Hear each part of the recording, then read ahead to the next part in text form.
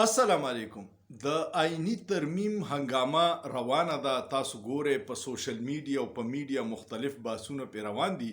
نن درته دا وایم چې مولانا صاحب ولې انکار وکړو، ځکه چې د مولانا صاحب هیسټري خو دا ده چې هغه ولې انکار کوي، خو بیا چې ښه ډیل ورته میلاویږي نو اقرار یې وکړي.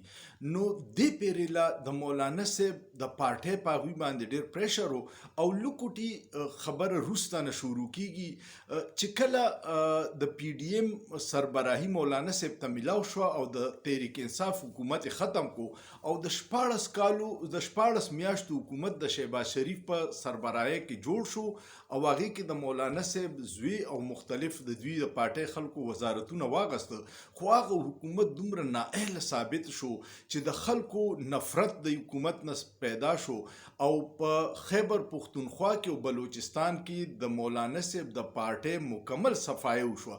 دا 8 سیټه د هغه حق نه هغه پکار چې 30-40 سیټونه ګټلې وي.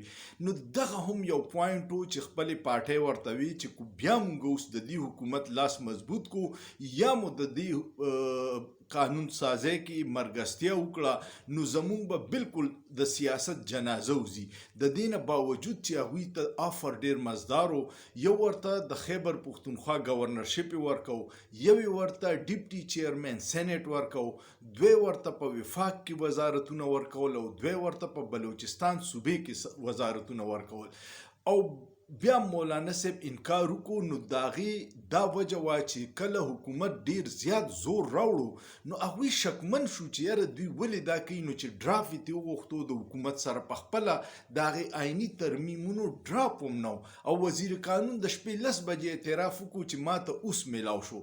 نو دوی ته اندازه وشوه چې داسې قانون سازۍ کې څه پټې خبرې دي چې یا جمهوریت ته هم نقصان رسوي، د سیاسي خلکو کردار هم ډېر کمی او عدلیې ته هم ډېر نقصان رسوي.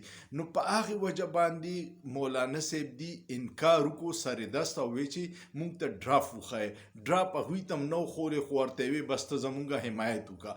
دویم یو پوینټ دا دی چې کله تیر د پی ډي ایم حکومت ختم شو او الیکشن شروع کېدو د دې نه مخکې اسټیبلیشمنټ ته نواز شریف ویلي چې را روان الیکشن حکومت کې به موږ داسې اکثریت راکې چې د مولانا ضرورت راته پیښ نشي او دا خبره مولانا ته پته لګېدلې وه. نو تاسو ته پته ولګېږي چې دې پیرې د شهباز شریف حکومت جوړ شو، نور کله خو هغه د پی ډي ایم مرګستیا کې ورسره نو مولانا له یې په کیسه نه ورکړی. دریم یو پوینټ دا و چې کله الیکشن و دی نه مخکې مولانا صاحب تللی و رایونډ کې د شهباز شریف دی او دوی سره ملاقات کړی او نواز شریف سره او هغه ته یې ویلي چې تاسو هره پیره وایئ چې تاله به صدارت درکو نو زما سره د صدارت ستاسو څه پروګرام دی. نو هغه هم ورته نواز شریف انکار کړی، هغه وی چې مولانا صاحب الیکشن وشي دا له د الیکشن نه مخکې خبرې دي.